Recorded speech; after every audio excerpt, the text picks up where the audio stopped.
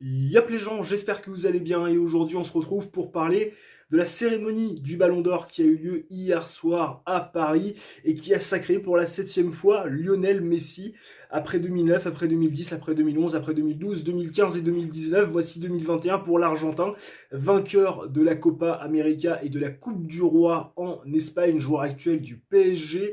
Lionel Messi qui termine au classement jusque devant Lewandowski et Jorginho, joueur de Chelsea qui avait remporté cette année la Ligue des Champions avec son club et bien sûr le championnat d'Europe avec la Squadra Azzurra, l'équipe d'Italie. Karim Benzema, premier français, termine quatrième, suit N'Golo Kanté qui a complètement été zappé par les médias français. C'est certainement le meilleur milieu défensif du monde à l'heure actuelle. Malheureusement complètement snobé, manque de popularité, peut-être une image qui ne parle pas assez, bref. Et Kylian Mbappé 9e, qui est donc le 3e français dans le top 10. Kylian Mbappé qui a peut-être payé son mauvais euro, ses petits trous d'air dans la saison. On est très très loin du Mbappé, du niveau de l'euro, puisque là c'est vrai que Kylian Mbappé en ce moment est certainement le meilleur joueur du monde avec Karim Benzema, mais les votes, les votants, qui sont 170, qui sont composés de journalistes à travers le monde, ont décidé de donner le Ballon d'Or à Lionel Messi pour la 7e fois de la carrière de l'Argentin, vainqueur de la Copa América et de la Coupe du Roi, Coupe d'Espagne, comme je vous l'ai dit en préambule de cette vidéo. Forcément, ce choix a fait jaser, notamment sur les réseaux sociaux, sur Twitter, il y a énormément de sel. Tout le monde ne comprend pas pourquoi Lionel Messi a été une 7e fois Ballon d'Or. Alors c'est vrai que encore une fois, j'aurais aimé voir un Français gagner le Ballon d'Or comme beaucoup d'autres à mon sens, mais encore une fois, dans la mesure où on ne gagne même pas le Ballon d'Or quand on fait une saison comme Varane en 2018 avec Ligue des Champions et Coupe du Monde, je ne vois pas comment Karim Benzema, avec seulement une Ligue des Nations qui n'est pas encore véritablement rentrer dans les mœurs, qui n'est pas encore une compétition véritablement prestigieuse aux yeux des gens. Je ne vois pas comment Karim Benzema aurait pu être Ballon d'Or cette année. Maintenant, pour bien comprendre pourquoi Messi a eu le Ballon d'Or et pas Lewandowski ou Benzema, il faut prendre 3 critères en compte. Le premier, ce sont les statistiques. Le deuxième, bien évidemment, c'est le palmarès de la saison. Et le troisième, c'est l'image et l'importance que tu as médiatiquement.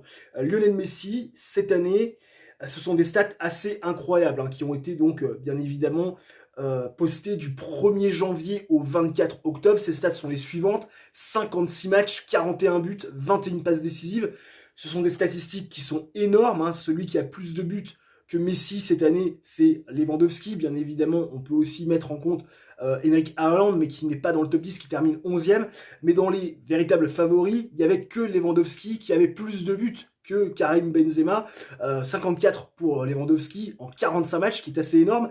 Mais Messi, Coupe du Roi en palmarès bien évidemment de la saison, et puis la Copa América, qui est donc l'équivalent du championnat d'Europe, finalement en Amérique du Sud. Alors bien évidemment, on le sait, la Copa América, ça vaut pas un copec par rapport à l'euro, puisque en Copa América, à part le Brésil, vous avez vraiment pas d'équipe très médiatique et surtout d'équipe très performante. Si on prend en compte et si on considère que le Brésil est une équipe très performante au vu des dernières Coupes du Monde et dernières grandes sorties internationales qu'ils ont pu faire.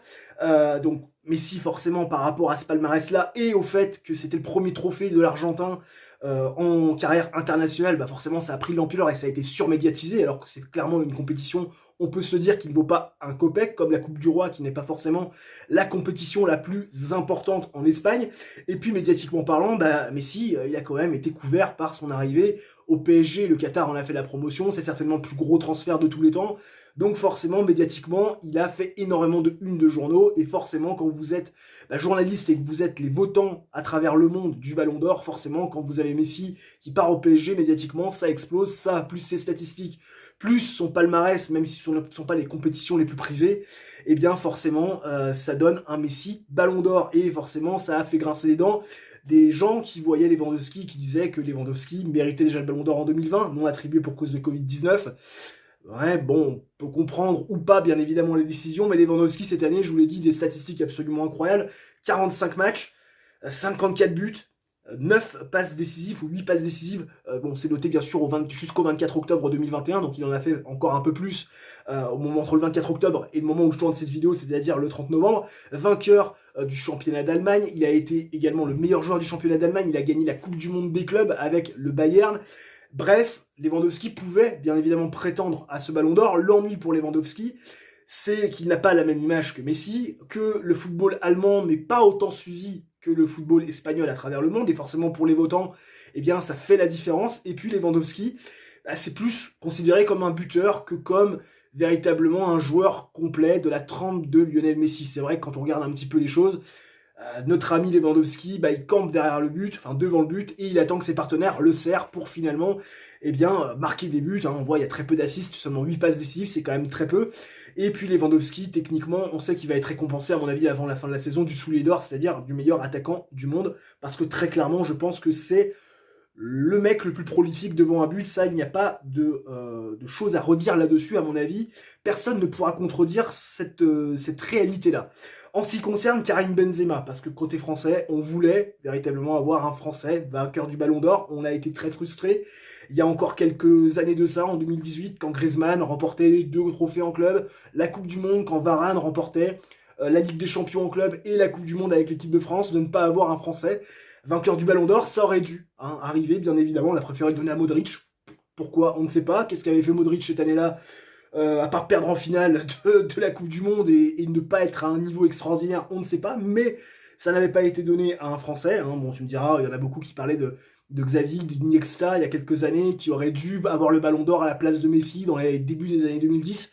C'est vrai, d'ailleurs, c'est vrai que quand on compare un peu, et c'est ce score phénoménal de 7 ballons d'or, on se dit que c'est quand même un peu abusé pour Lionel Messi, quand on le compare par exemple à un Ronaldinho qui en a eu que 2, à un Zidane qui en a eu qu'un, ou qu'un Platini qui n'en a eu que 3 entre guillemets. C'est vrai qu'il n'y a pas un écart de talent extraordinaire ou hyper important entre les joueurs que je viens de citer et Lionel Messi, mais c'est vrai que c'est quand même assez abusé d'avoir autant de ballons d'or pour une seule et même personne. Enfin bref, donc forcément on voulait un petit peu se venger du côté français de 2018 et du fait qu'on n'ait pas eu ce ballon d'or côté français, alors que clairement ça aurait été mérité pour Griezmann ou pour Raphaël Varane.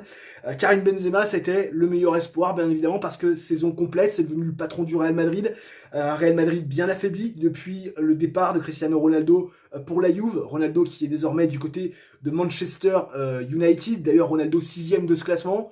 Est-ce que c'est pas un peu abusé de le retrouver aussi haut avec finalement la saison qu'il fait? Mais bon, encore une fois, l'image et la popularité de Ronaldo font qu'il est encore très bien placé, même si le meilleur est derrière lui. Benzema, c'était le meilleur espoir avec ses 50 matchs, 35 buts, 15 passes décisives. Il arrive à porter le Real Madrid, il marque des buts. Il est, je crois, à 13 apparitions et 14 buts depuis finalement le début de la saison régulière avec le Real Madrid. Corrigez-moi si je me trompe, mais ça doit être dans ces eaux-là. Bref, toujours très prolifique. Il est l'artisan majeur de la victoire de l'équipe de France en Ligue des Nations, compétition très sous-évaluée, on va pas se le cacher, parce qu'elle est encore pas très populaire, étant donné que c'était seulement la 2e édition, mais on a retrouvé quand même les 4 meilleures nations du monde, en tout cas les 4 meilleures nations, ou l'une des 4 meilleures nations, avec la Belgique, numéro 1 mondial, l'Italie, championne d'Europe, l'Espagne qui revient petit à petit, et puis l'équipe de France, championne du monde en titre. C'est quand même un sacré dernier carré avec une équipe de France qui va au bout. Karim Benzema est l'acteur majeur de la victoire de la France dans cette compétition pour l'instant sous-évaluée, mais bien plus relevée, largement bien plus relevée que la Copa América, qui est un peu, on va dire, un parent pauvre de l'Euro ou même de la Ligue des Nations, à mon sens, niveau opposition. Et puis, quand même également, un super joueur qui nous a permis, de faire un Euro un petit peu moins laborieux que s'il n'avait pas été présent, parce que Karim Benzema, malgré la défaite de l'équipe de France en 8ème de finale face à la Suisse, d'ailleurs, j'arrive toujours pas à comprendre à l'heure actuelle, au moment où je vous parle, comment on a pu perdre, ça paraît surréaliste. Karim Benzema a été vraiment le joueur le plus important de notre dispositif. Et avec cette Ligue des Nations et ce rôle incroyable en équipe de France retrouvé et ce rôle de meneur, de leader du Real Madrid, on s'est dit, pourquoi pas, voir Karim Benzema soulever le Ballon d'Or pour l'ensemble de son œuvre, pour l'ensemble de sa carrière, par rapport au football qu'il a proposé, parce que c'est certainement le joueur, c'est même pas certainement, c'est le joueur le plus complet au monde. Quand on pense football, on pense Karim Benzema, on s'est dit pourquoi pas.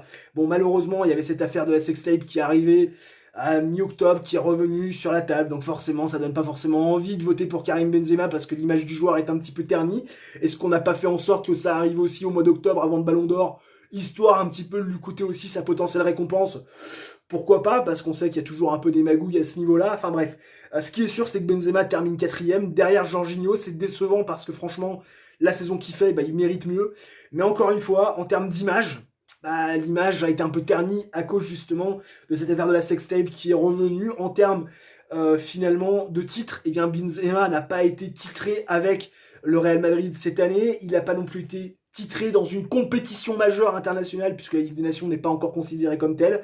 Et puis statistiquement parlant, c'est moins bien que Messi, c'est moins bien que Lewandowski, et forcément, ça coûte le Ballon d'Or et même le podium, puisque Jorginho, l'Italien, qui a été vainqueur de la Ligue des Champions avec Chelsea, et également de la Coupe d'Europe, donc de l'Euro avec l'équipe d'Italie, a pris cette 3e place. On met en avant aussi quelque part un peu le palmarès, c'est pas non plus une honte et une aberration de retrouver Jorginho sur le podium. En tout cas, on est bien déçus pour Karim Benzema.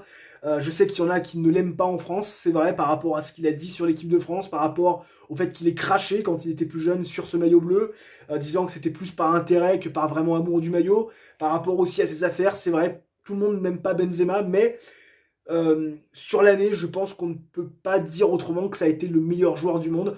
Malheureusement, encore une fois, le Ballon d'Or, il y a 3 critères à prendre en compte, c'est les statistiques, le palmarès de la saison et la médiatisation et l'image du joueur. Et Karim Benzema, dans ces 3 caractéristiques qui sont prises en compte, Karim Benzema a toujours été surpassé, que ça soit par Lewandowski ou par Lionel Messi, alors que c'est le joueur le plus complet au monde, c'est le meilleur actuellement, avec Kylian Mbappé à mon sens. Et puis c'est Monsieur Football, quand on pense football, on pense Karim Benzema, donc grosse déception côté français. Maintenant c'est parti remise, il y aura la Coupe du Monde l'année prochaine.